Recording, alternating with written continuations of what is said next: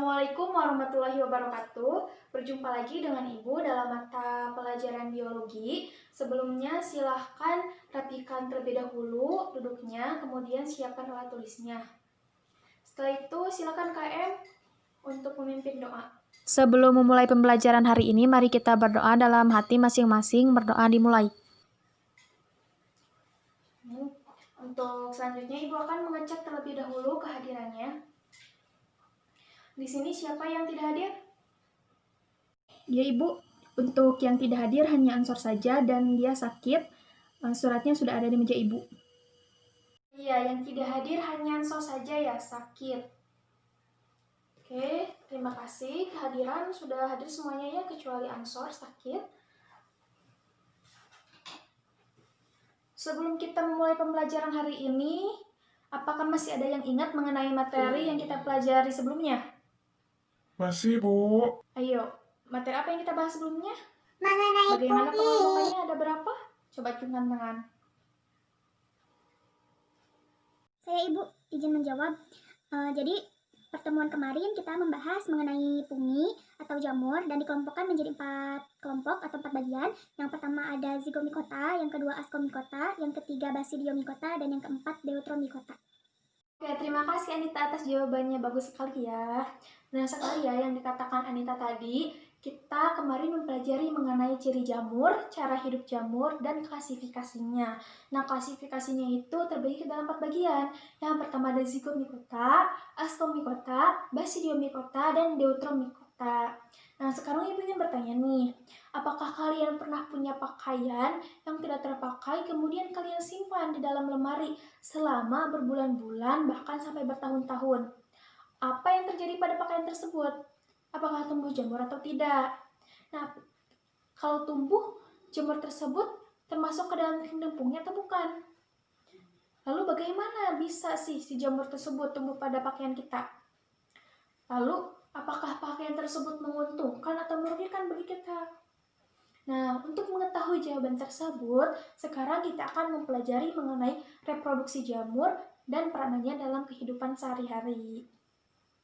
Nah, pasti kita mempelajari cara reproduksi jamur dan peranannya dalam sehari-hari, tentu banyak sih manfaatnya. Nah, selain kita dapat mengetahui cara reproduksi dan peranannya, kita dapat mengetahui apa saja sih jamur yang merugikan dan menguntungkan bagi kita. Kemudian, setelah kita mengetahui jamur yang menguntungkan bagi kita, lalu kita ingin membudidayakannya, kita bisa membudidayakannya dengan benar karena kita telah mempelajari cara reproduksinya. Nah, sebelumnya, tujuan pembelajaran hari ini adalah kalian harus mampu menjelaskan cara reproduksi jamur melalui studi literatur dengan tepat. Yang kedua, harus mampu menjelaskan peranan jamur dalam kehidupan sehari-hari melalui diskusi dan studi literatur dengan tepat. Lalu yang selanjutnya itu, kalian harus mampu membuat laporan tertulis mengenai peranan jamur melalui studi literatur dengan tepat. Sekarang lihat gambar yang ada pada PPT. Apa yang kalian pikirkan setelah melihat gambar tersebut? Silahkan acungkan tangan yang mau berpendapat.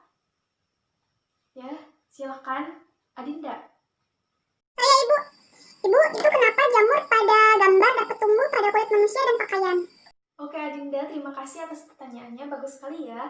Silahkan siapa lagi yang mau bertanya atau berpendapat, silahkan acungkan tangan.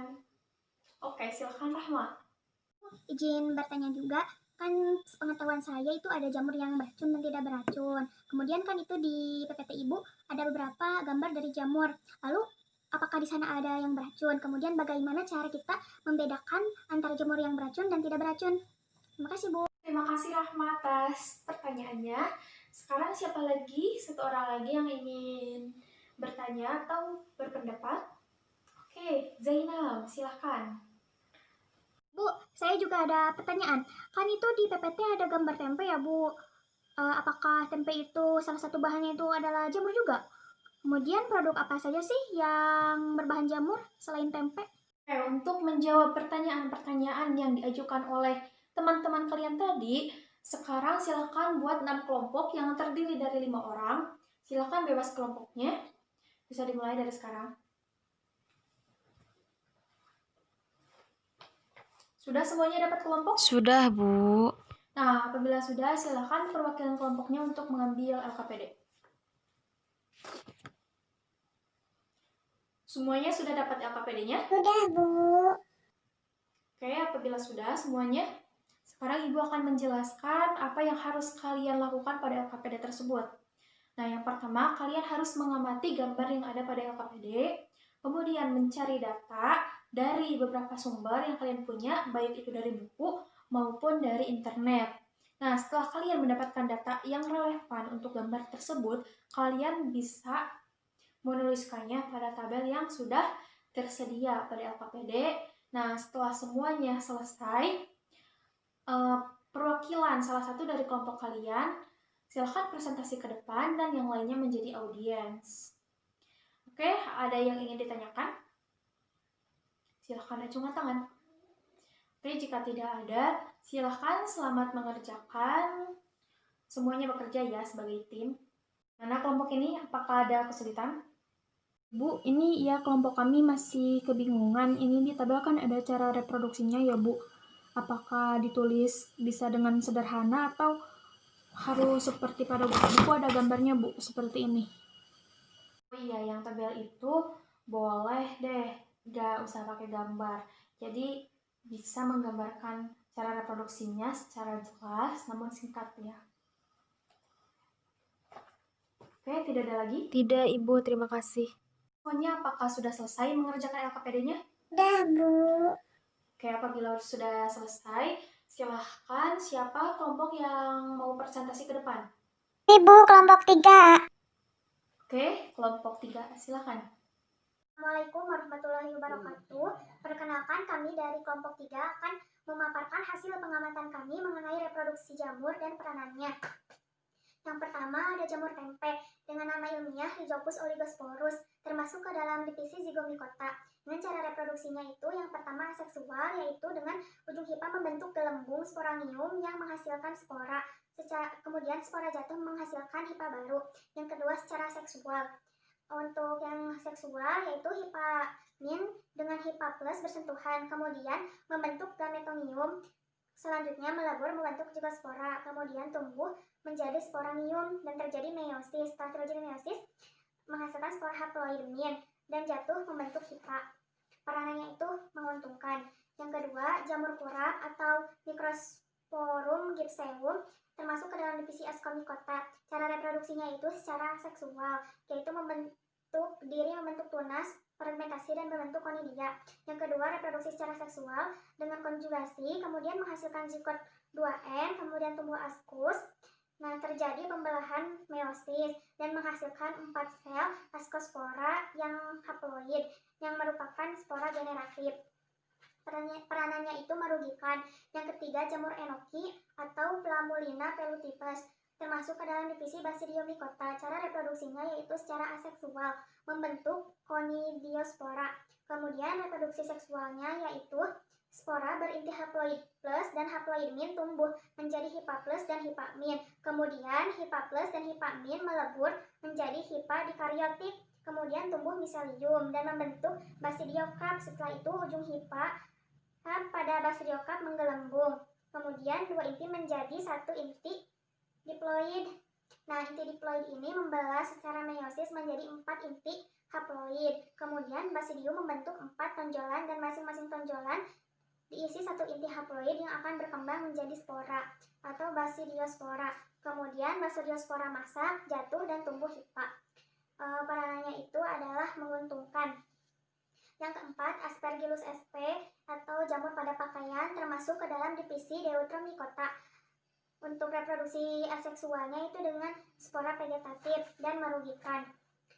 Kemudian untuk pertanyaan dalam LKPD, untuk reproduksinya pada beberapa jenis jamur yang tadi disebutkan itu berbeda karena termasuk ke dalam divisi yang berbeda, di mana pada setiap divisi memiliki cara reproduksi seksual dan aseksual yang sedikit berbeda. Yang kedua, apakah jamurnya itu menguntungkan atau merugikan? Kelompok kami menjawab ada yang menguntungkan dan ada yang merugikan. Yang pertama, jamur pada tempe menguntungkan karena dapat membantu pembuatan tempe sehingga gizinya bertambah. Yang kedua, jamur enoki, yaitu menguntungkan karena dapat dikonsumsi oleh manusia menjadi lauk atau yang lainnya. Yang ketiga, jamur kurap, yaitu merugikan karena menyebabkan penyakit kulit pada manusia. Yang keempat, ada jamur pada pakaian, merugikan karena menyebabkan pakaian menjadi bau apek dan dapat menyebabkan penyakit. Sekian dari presentasi dari kelompok kami. Apabila ada yang ingin ditanyakan atau didiskusikan, silakan. Perkenalkan, kami dari kelompok 5, izin bertanya pada kelompok 3. Tadi pada jamur Deuteromycota tidak disebutkan reproduksi seksualnya. Kenapa? Apakah tidak ada reproduksi seksualnya atau bagaimana? Terima kasih. Oke, terima kasih kelompok 5 atas pertanyaannya. Jadi pertanyaannya itu, mengapa pada jamur Deuteromycota itu tidak ada reproduksi seksualnya? Kenapa? Karena jamur Deuteromycota itu merupakan jamur yang belum diketahui proses reproduksi seksualnya. Jadi hanya memiliki proses reproduksi aseksualnya saja. Bagaimana kelompok 5? Apakah sudah dapat dipahami? Baik, apakah ada yang ingin menambahkan atau menyanggah? Baik, jika tidak ada, mungkin jawaban dari kami cukup sekian. Tadi pemaparannya sudah bagus ya, namun ada beberapa yang belum disebutkan. Tadi pada reproduksi aseksual yang ascomycota. Nah, reproduksi aseksual ascomycota ini ada yang untuk multiseluler dan ada yang juga uniseluler. Untuk multiseluler ini dengan membentuk konidia atau konidiospora yang merupakan reproduksi vegetatif. Nah, konidia ini terbentuk dari ujung hifa yang bersekat dan berjumlah 4 butir. Sedangkan yang uniseluler ini yaitu dengan membentuk tunas. Nah, ketika si tunasnya masih muda, dia akan menempel pada induknya.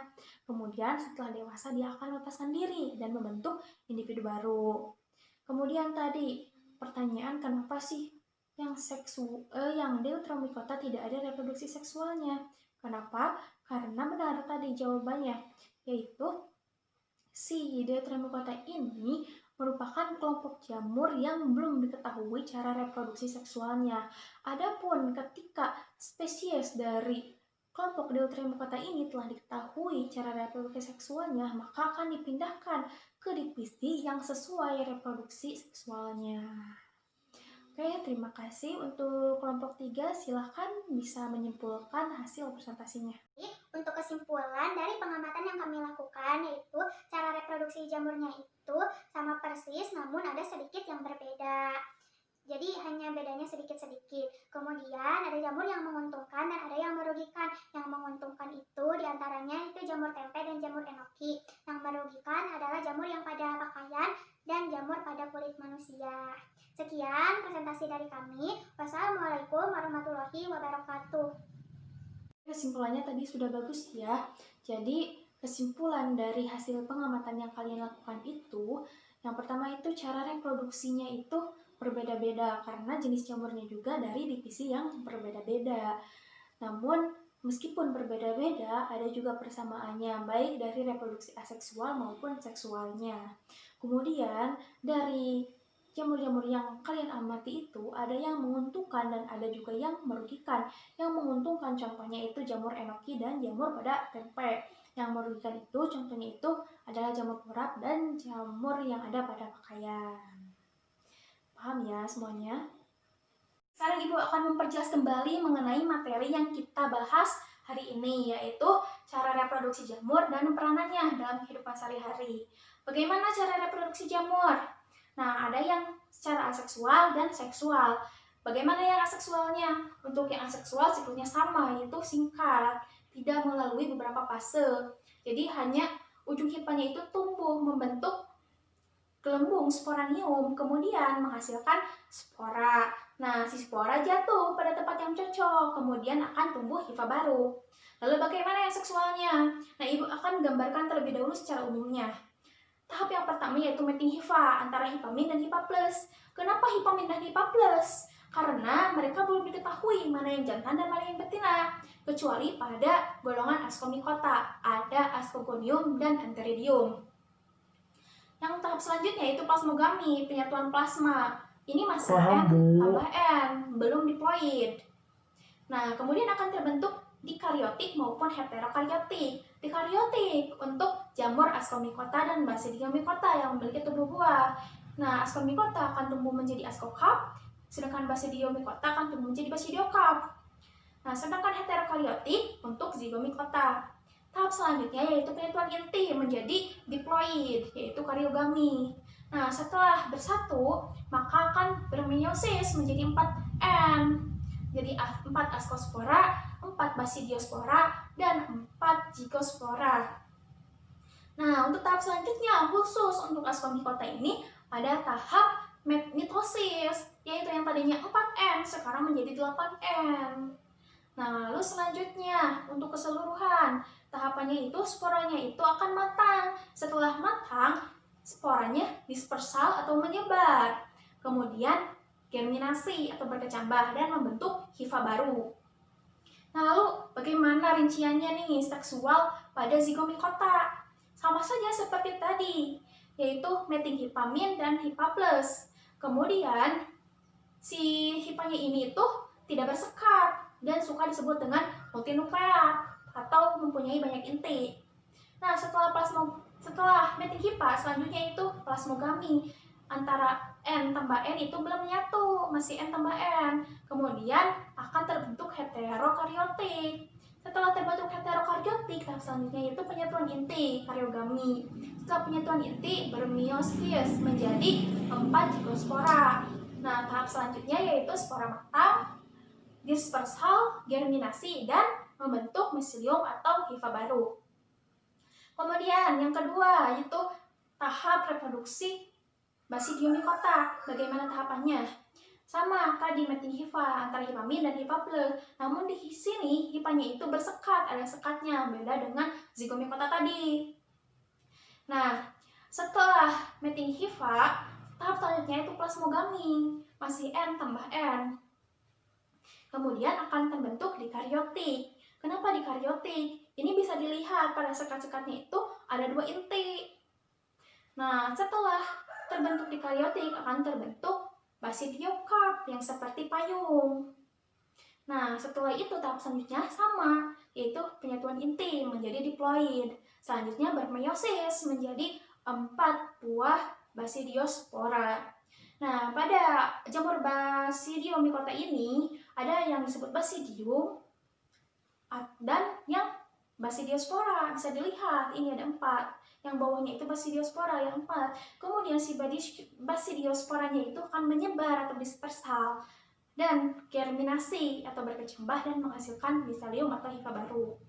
Nah, yang terakhir ada Ascomycota. Bagaimana cara reproduksi seksualnya? Untuk Ascomycota, mating hifanya itu antara Antheridium dan Ascogonium. Antheridium untuk yang jantan, Ascogonium untuk yang betina. Nah, di Ascomycota ini sama, bersekat, sama dengan Basidium.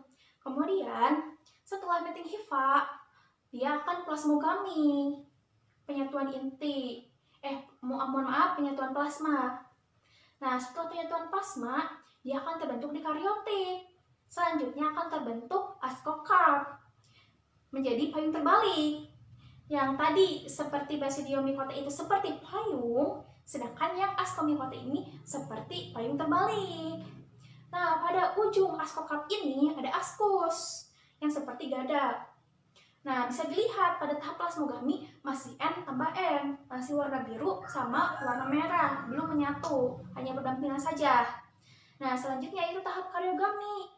Inti menyatu menjadi satu, bisa dilihat jadi warna hijau. Nah, setelah karyogami selanjutnya meiosis menjadi 4 ascospora. Bisa dilihat pada asusnya ada 4. Nah, tahapan selanjutnya ada mitosis. Nah, untuk mitosis menjadi 8 ascospora, bisa dilihat. Nah, tahapan selanjutnya yaitu si spora matang, kemudian dispersal dan germinasi, kemudian membentuk hifa baru. Nah, seperti itu untuk cara reproduksi dari jamur. Dapat dipahami ya? Iya, Bu. Oke, untuk selanjutnya itu peranan jamur. Nah, untuk peranan jamur itu kita sudah tahu ada yang menguntungkan dan ada yang merugikan. Yang menguntungkan contohnya itu dalam bidang pertanian ada jamur saprofit yaitu jamur yang mengubah senyawa organik menjadi anorganik yang dibutuhkan oleh tumbuhan hijau. Kemudian dalam bidang kedokteran ada jamur Penicillium notatum sebagai pembuatan antibiotik penisilin. Lalu dalam industri makanan dan minuman, contohnya tadi ada jamur tempe yaitu Rhizopus sp. Kemudian dalam pembuatan keju, pembuatan tape, pembuatan kecap dan lain-lain. Lalu ada juga peranan dalam ekosistem yaitu sebagai pengurai. Kita sudah tahu ya, jamur saproba sebagai pengurai. Contohnya Trichoderma sp, yaitu yang menempel yang tumbuh pada kayu untuk mempercepat penguraian selulosa karena dapat menghasilkan enzim selulase. Lalu apa aja yang merugikannya? Nah, untuk yang merugikan, contohnya pada manusia ada Microscopus, tadi jamur kura ya, yang menyebabkan gatal pada kulit kita dan menjadi warna merah gitu. Kemudian ada yang merugikan pada hewan, contohnya itu jamur Bourbenia, yaitu sebagai parasit pada serangga. Lalu yang merugikan pada tumbuhan ada jamur karat, yaitu sebagai parasit pada tumbuhan jagung dan tebu. Nah, semoga kalian paham atas materi yang ibu sampaikan. Silahkan sekarang ada yang mau menyimpulkan mengenai materi hari ini. Silahkan ajukan tangan. Oke, silahkan. Indah. Ibu, saya izin menyimpulkan, jadi materi yang kita pelajari hari ini mengenai reproduksi jamur dan peranan jamur. Untuk reproduksi jamur secara umum ada yang aseksual dan seksual. Untuk yang aseksual, untuk jamur yang uniseluler itu dengan cara menumbuhkan kuncup atau tunas untuk menghasilkan keturunannya. Sedangkan yang seksual yaitu dengan cara penyatuan hifa melalui proses plasmiogami dan karyogami. Untuk peranan jamur sendiri ada yang menguntungkan dan yang merugikan. Yang menguntungkan contohnya itu yang dapat kita makan, seperti tadi ada jamur enoki itu bisa dimakan oleh kita. Kemudian yang merugikan itu contohnya seperti jamur yang ada pada kulit manusia, karena jamur itu bisa membuat gatal pada kulit manusia dan itu merugikan. Sekian kesimpulan dari saya. Terima kasih. Wassalamualaikum warahmatullahi wabarakatuh. Terima kasih Indah atas kesimpulannya. Jadi dapat disimpulkan materi yang kita pelajari hari ini mengenai cara reproduksi jamur dan peranannya dalam kehidupan sehari-hari. Ya, untuk reproduksi jamur ada yang secara aseksual dan yang secara seksual. Untuk yang aseksual yaitu dengan cara ujung hifa membentuk gelembung sporanium kemudian menghasilkan spora. Setelah itu si spora jatuh pada tempat yang cocok dan membentuk hifa baru. Sedangkan untuk reproduksi secara seksualnya secara umum yaitu yang pertama tahapannya mating hifa antara hifa min dan hifa plus. Kemudian yaitu plasmogami selanjutnya. Setelah plasmogami yaitu karyogami. Setelah karyogami meiosis menjadi 4N. Nah, kemudian ada fase mitosis untuk ascomycota saja. Lalu tahapan selanjutnya yaitu spora matang, kemudian dispersal, germinase, dan tumbuhlah hifa baru. Kemudian peranan jamur itu ada yang menguntungkan dan ada juga yang merugikan. Yang menguntungkan contohnya itu pada kedokteran. Tadi ada jamur Penicillium notatum sebagai pembuatan antibiotik penisilin. Lalu yang merugikan contohnya itu ada jamur pada kulit manusia yang tadi Microscopus, itu jamur yang menyebabkan gatal pada kulit manusia yang menyebabkan penyakit. Oke, untuk sekarang ada post test dulu ya selama 5 menit. Silahkan perwakilan untuk mengambil gambar post testnya. Hanya 5 soal saja. Oke, coba 5 menit. Silahkan dimulai mengerjakan. Sudah semuanya? Udah, Bu. Nah, jika sudah, sekarang kumpulkan ke depan. Oke, terima kasih. Dan untuk sekarang silahkan buat rangkuman mengenai materi hari ini. Singkat saja, tidak perlu terlalu panjang, hanya inti-intinya saja. Silahkan dikerjakan. Sudah semuanya? Dah, Bu. Apabila sudah, silahkan kumpulkan ke depan. Sudah. Oke, terima kasih untuk semuanya. Sekian materi yang dapat Ibu sampaikan. Semoga dapat dipahami oleh kalian semua. Dan apabila masih ada yang bingung atau Masih penasaran mengenai materi ini? Boleh dicari lebih dalam lagi dengan sumber yang relevan dan kredibel. Terima kasih. Wassalamualaikum warahmatullahi wabarakatuh.